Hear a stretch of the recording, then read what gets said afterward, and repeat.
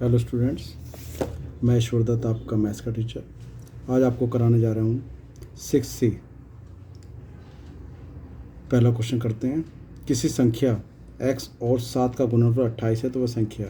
ये बहुविकल्पीय प्रश्न है और इसमें से 4 इसके विकल्प दिए हुए हैं, तो एक कोई विकल्प सही है। चलिए करते हैं इसको।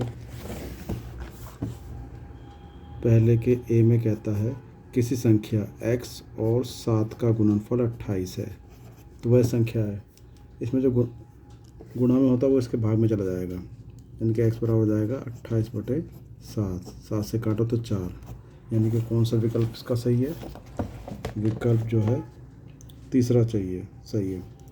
बी क्वेश्चन पढ़ते हैं। किसी संख्या x में 5 से भाग देने पर भागफल 7 आता है तो वह संख्या है।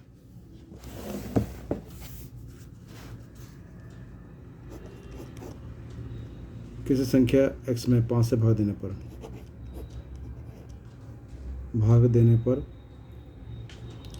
भागफल 7 आता है तो वह संख्या है। x = 7 × 5 तो 7 × 5 = 35, तो वह संख्या क्या है? 35। क्रॉस मल्टीप्लाई करते हैं इसमें, तो एक की जब इसमें गुणा होगी तो वो तो x ही आएगा। चलिए देखते हैं कौन सा विकल्प सही है। तीसरा विकल्प इसमें सही है। और अब करते हैं सी। यदि एक विषम संख्या 2x + 1 है तो दूसरी क्रमागत विषम संख्या होगी। अब यहाँ पर अगर विषम संख्या की बात करें तो पहले का सी है। विषम संख्या क्या होती है? 1, 3, 5, 7। तो हम ये देख रहे हैं बीच में 2 का गैप है, यानी कि अगर x है तो दूसरी जो है इसमें x में 2 ऐड करेंगे तो वही दूसरी आएगी, और इसमें 2 हैं तो इसमें फिर 3 ऐड करेंगे, नेक्स्ट में 2 ऐड करेंगे तभी अगली आएगी। ठीक है, तो यानी कि 2 का इसमें अंतर होता है। अब ये कहता है कि पहली विषम संख्या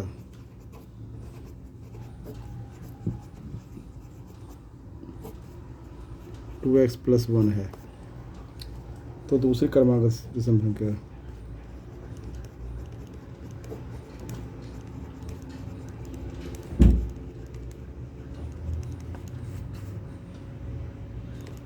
तो 2x + 1 में 2 जोड़ेंगे, दूसरी क्रमागत उससे अगली जो विषम संख्या निकालनी है तो 2 जोड़ते हैं तो हो जाएगा 2x और 2 और 1 3। तो कौन सा विकल्प सही है? इसमें हमारा दूसरा विकल्प सही है।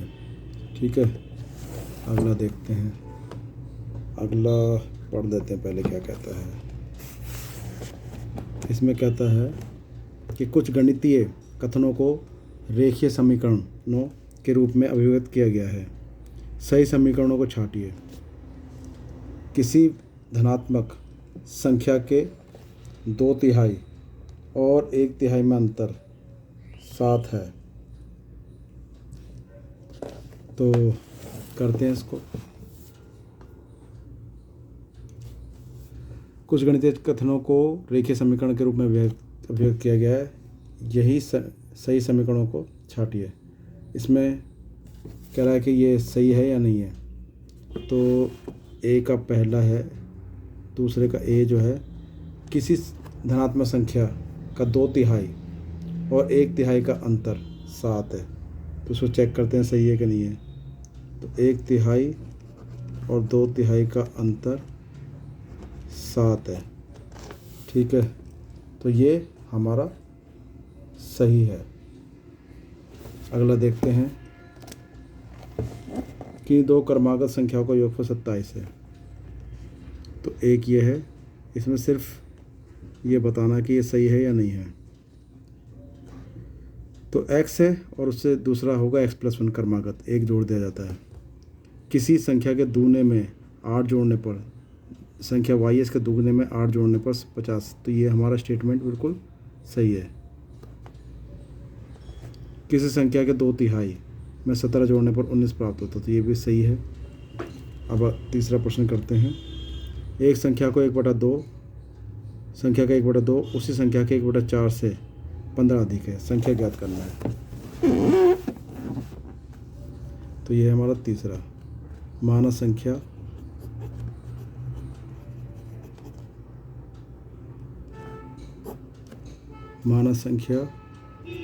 x है।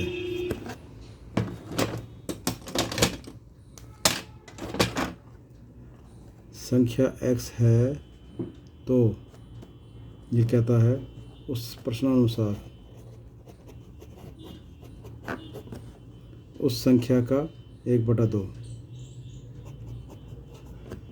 उस संख्या के 1/4 से 15 अधिक है, तो संख्या ज्ञात करनी है। तो ये हो गया x/2 माइनस ये बराबर x/4 प्लस 15। तो हमने इसको उधर लिया है x/2 माइनस x/4 बराबर 15। तो संख्या ज्ञात करनी है हमें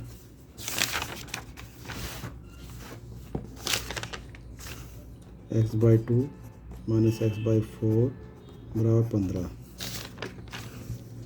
तो उसका एलसीएम आ गया 4 बनाने के लिए यहाँ पर 2 से ऊपर नीचे गुणा करेंगे, तो 2 से हमने ऊपर नीचे गुणा कर दिया, तो ऊपर आ गया 2x/4 माइनस x/4 बराबर 15। तो 4 एलसीएम आ गया इसका, तो 2x माइनस x बराबर 15। तो ये आ गया x/4 बराबर 15। अब क्रॉस मल्टीप्लाई करके ये इधर जाएगा और ये इधर, तो 1 के x में मल्टीप्लाई किया तो x ही आएगा। 15 चौका 60।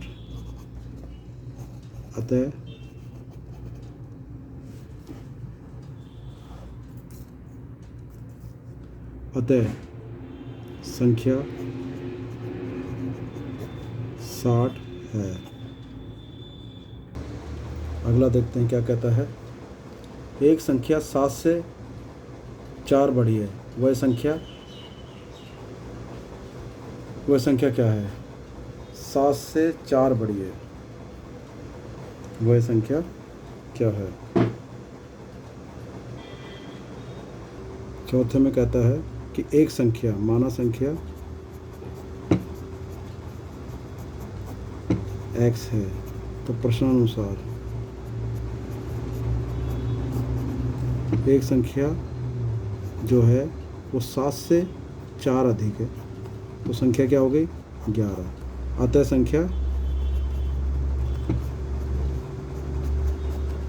11 है।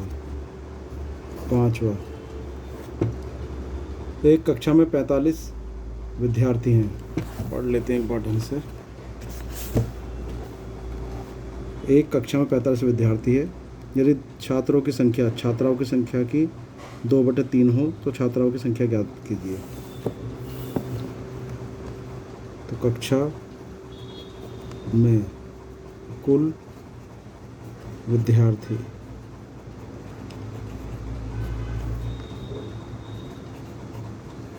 पैंतालीस, छात्राओं की संख्या की 2/3 है, तो छात्राओं की संख्या ज्ञात करना है।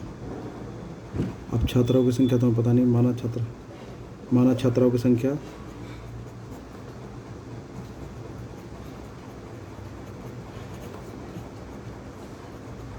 बराबर x, तो छात्रों की संख्या क्या हो जाएगी?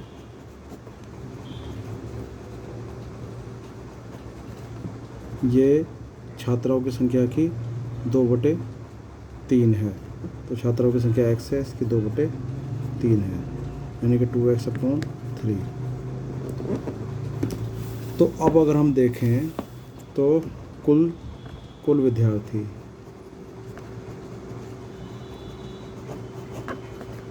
तो छात्र प्लस छात्राओं की संख्या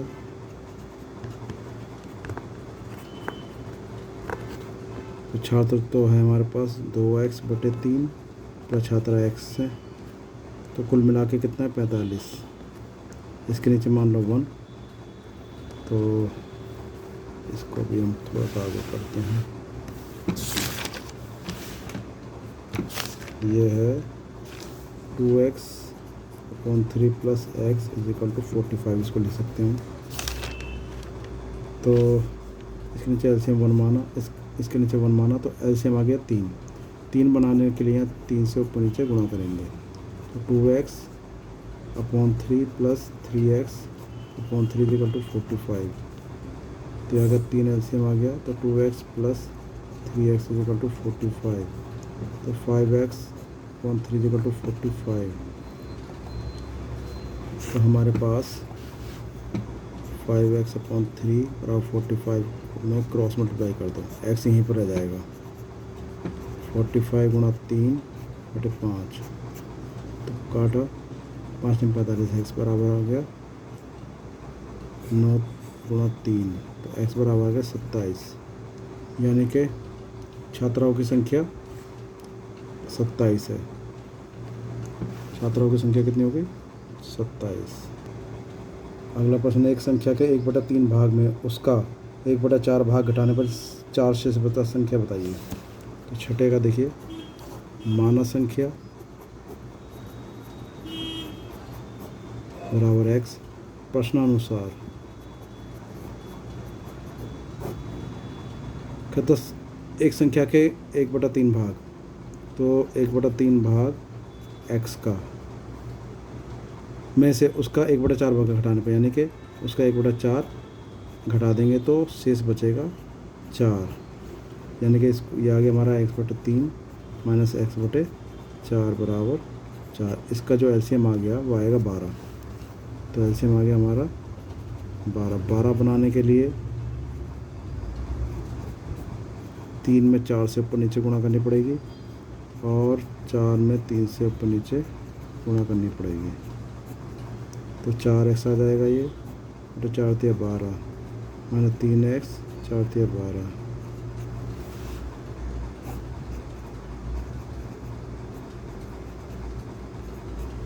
ये आ गया x/12 बराबर 4। क्रॉस मल्टीप्लाई करेंगे, इस केस में गुणा होगी तो x आ जाएगा 4 गुणा 12, तो x इक्वल टू आएगा 12 चौक 48। तो वह संख्या क्या हो गई? 48। अतः संख्या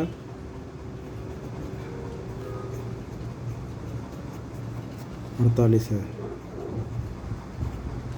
तो छठे तक हो गए हमारा, आगे देखते हैं।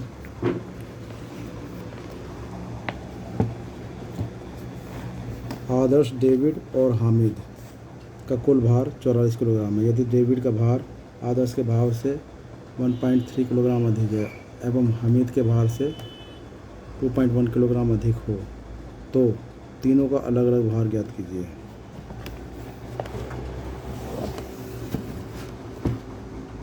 दोबारा क्वेश्चन, आदर्श, डेविड और हामिद का कुल भार 44 किलोग्राम है। यदि डेविड का भार आदर्श के भार से 1.3 किलोग्राम अधिक एवं हामिद के भार से 2.1 किलोग्राम अधिक हो, तो तीनों का अलग अलग भार ज्ञात कीजिए। चलिए ये करते हैं। इसमें जो है यहाँ ये ध्यान देना है कि आदर्श, डेविड और हामिद, यदि डेविड का भार आदर्श के भार से 1.3 किलोग्राम अधिक है, डेविड का आदर्श से अधिक, आदर्श का तो पता नहीं है, तो आदर्श का डेविड से क्या हो जाएगा? कम हो जाएगा। यानी कि मानो, पहले मान लो, माना डेविड का भार x किलोग्राम है, तो आदर्श का भार जो है, इसमें दिया है कि डेविड का भार आदर्श से 1.3 किलोग्राम अधिक है। जब डेविड का आदर्श से अधिक है तो यानी कि आदर्श का डेविड से कितना कम होगा, तो डेविड का ये है, इससे 1.3 किलोग्राम कम होगा। तो ऐसे रख लेते हैं। अब हामिद का भार, उसने कहा था कि हामिद से 2.1 किलोग्राम है, यानी कि हामिद का आदर्श से तो कम होगा। आदर्श का x है तो ये 2.1 किलोग्राम कम होगा। अब तीनों का भार,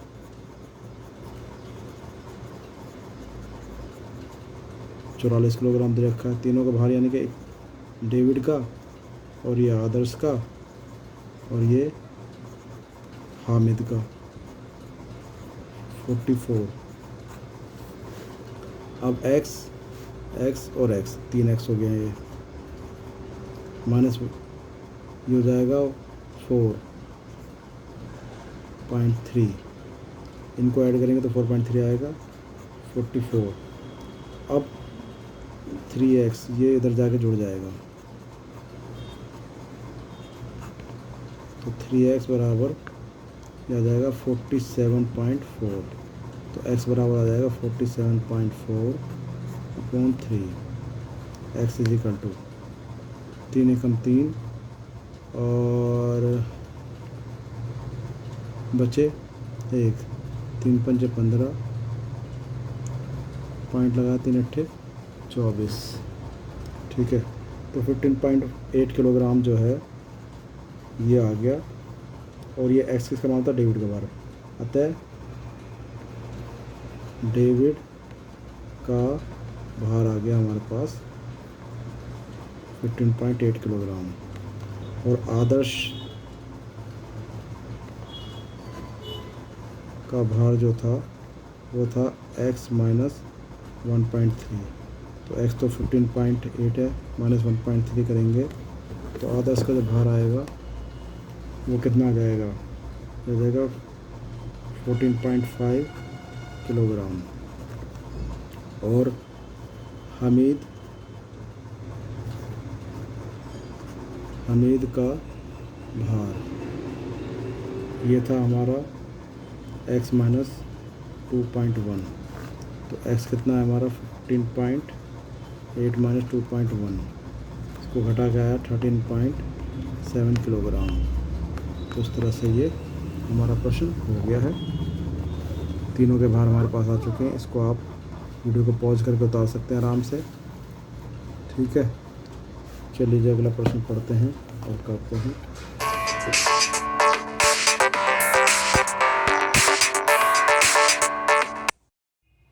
चलिए अब करते हैं क्वेश्चन नंबर 8। 2 अंकों की एक संख्या के अंकों का योगफल 4 है। यदि दहाई के अंक से इकाई का अंक घटा दिया जाए तो शेष 2 है, संख्या ज्ञात कीजिए। चलिए ये करते हैं इसको।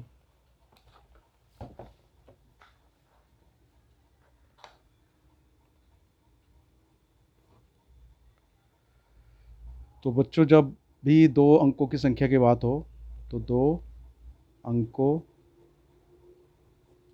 की संख्या आपको लेनी है 10x प्लस वाई। ठीक है, जिसमें x और y अंक हैं। अब इसमें दे रहा है प्रश्नानुसार, ये कहता है कि 2 अंकों की संख्या के अंकों का योगफल, इन अंकों का योगफल 4 है, तो x प्लस वाई बराबर 4।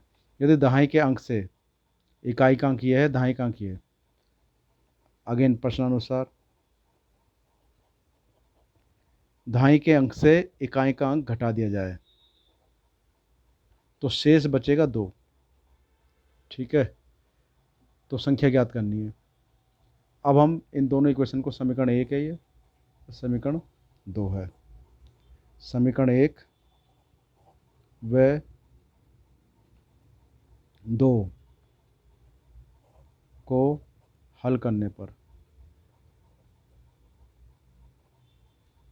तो ये हो गया x plus y equal to 4 और x minus y equal to 2। तो हम इसमें क्या काम करेंगे, इससे कट जाएगा, बचेगा 2x और ये जुड़कर हो जाएगा 6, तो x इजिकल हो जाएगा 6/2, x इजिकल हो जाएगा 3, तो x इजिकल हो गया 3। अब x का मान समीकरण 1 में रखने पर, x का मान समीकरण 1 में रखने पर, तो x plus y equal to 4 था, तो एक x की जगह पर रखा हमने 3, तो y इजिकल टू 4, तो y इजिकल हो जाएगा 4 माइनस 3, तो y का मान आ गया 1। अब संख्या क्या हो जाएगी, संख्या हमने मानी थी 10x प्लस वाई, तो 10 इंटू एक्स 3 प्लस 1 यानी कि 30 प्लस 1, तो हो जाएगी 31। अतः संख्या हो गई 31। ठीक है जी। 9वां प्रश्न पढ़ते हैं। दो क्रमागत संख्याओं का योगफल 21 है, उन संख्याओं को बताइए। चलिए जी करते हैं इसको।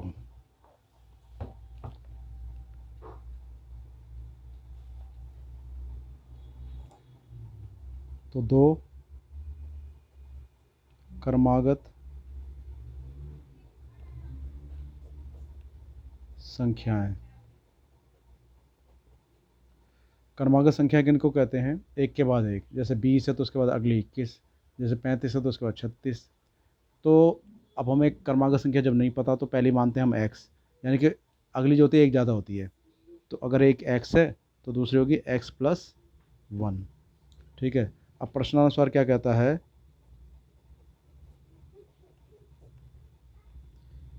इनका योग 21 है, यानी कि x और x प्लस वन का योग 21 है। तो उन संख्या को बताइए। 2x प्लस वन बराबर 21। तो 2x equal to 21 minus 1। 2x equal to 20। तो x equal to 20/2। x equal to हो गया 10। तो x का मान तो हो गया 10। अब क्रमागत संख्या क्या हो जाएंगी?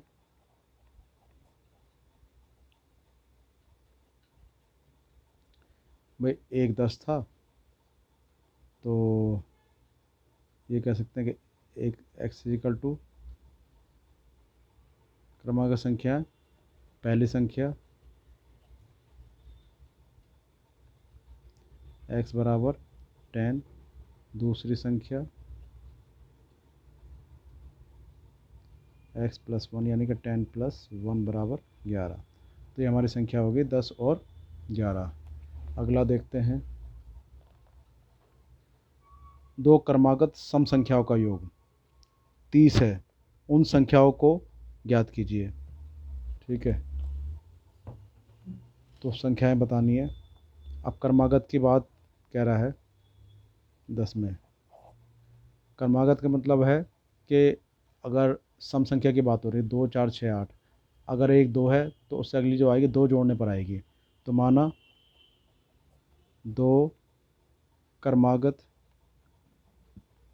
संख्याएं, तो अगर एक x है तो दूसरी आएगी x प्लस टू। ठीक है। अब प्रश्नानुसार क्या कहता है? ये कहता है संख्याओं का योग 30 है, तो x प्लस टू बराबर 30, यानी कि 2x प्लस टू बराबर 30। 2x equal to 30 minus 2। तो 2x equal to 28, x equal to 28/2, x equal to 14। तो x की वैल्यू आ गई 14। तो क्रमागत संख्या क्या हो जाएंगी?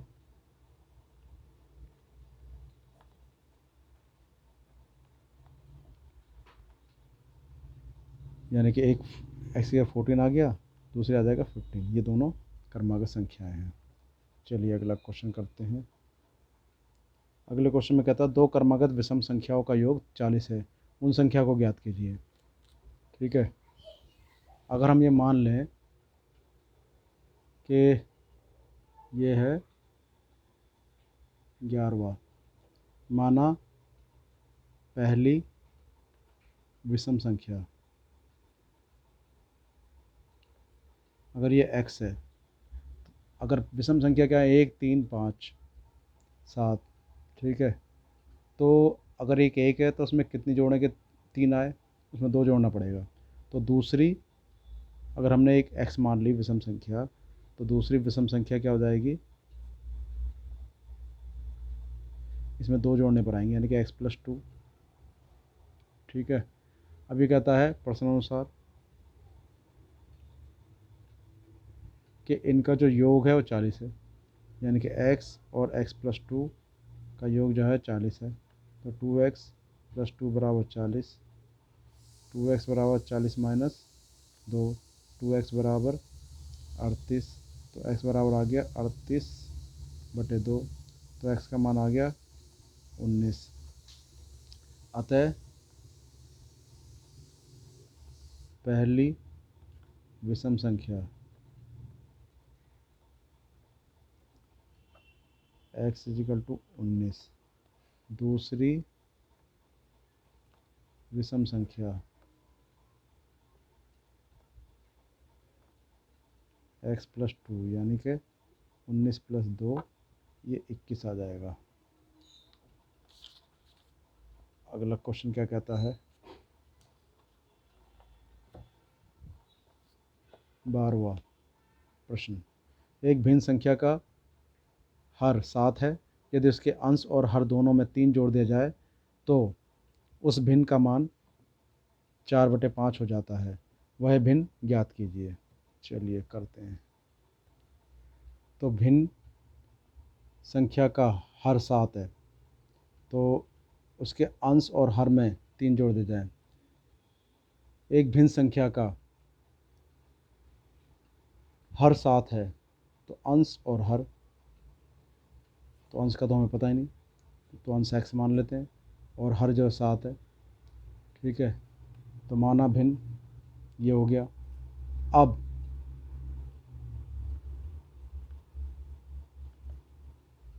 कहता है उसके अंश और हर में 3 जोड़ दें प्रश्नानुसार। उसके अंश में भी 3 जोड़ दिए और उसके हर में भी 3 जोड़ दिए, तो भिन्न का मान हो गया 4/5। तो भिन्न ज्ञात कीजिए, क्रॉस मल्टीप्लाई कर लो। पहले तो इसे लिख लो x प्लस 3/10 बराबर 4/5। क्रॉस मल्टीप्लाई कर लो इसकी इसमें, तो इसमें होते 5x प्लस 5 दिया 15, 4 पंजे 20, तो 5x बराबर 20 माइनस 15, तो 5x बराबर 5, x बराबर आ गया 5/5। तो x का मान तो आ गया 1। अब भिन्न क्या होगी, भिन्न आ जाएगी x/7 यानी कि 1/7। स्टूडेंट्स में कुछ गलती हो गई है। जैसे मैं यहाँ पर गुणा कर रहा था, 10 चौक 40 आएगा यहाँ पर, ठीक है। तो 40 में से 15 जाएंगे तो बचेंगे 25, तो 25/5 यानी कि आ गया 5। तो जो भिन्न आ जाएगा वो आ जाएगा 5/7। ठीक है, थोड़ा सा ध्यान रखना चाहिए करते वक्त ताकि गलती ना हो। तो यूँ करके हमारी एक्सरसाइज 6C ख़त्म हो गई। चलिए।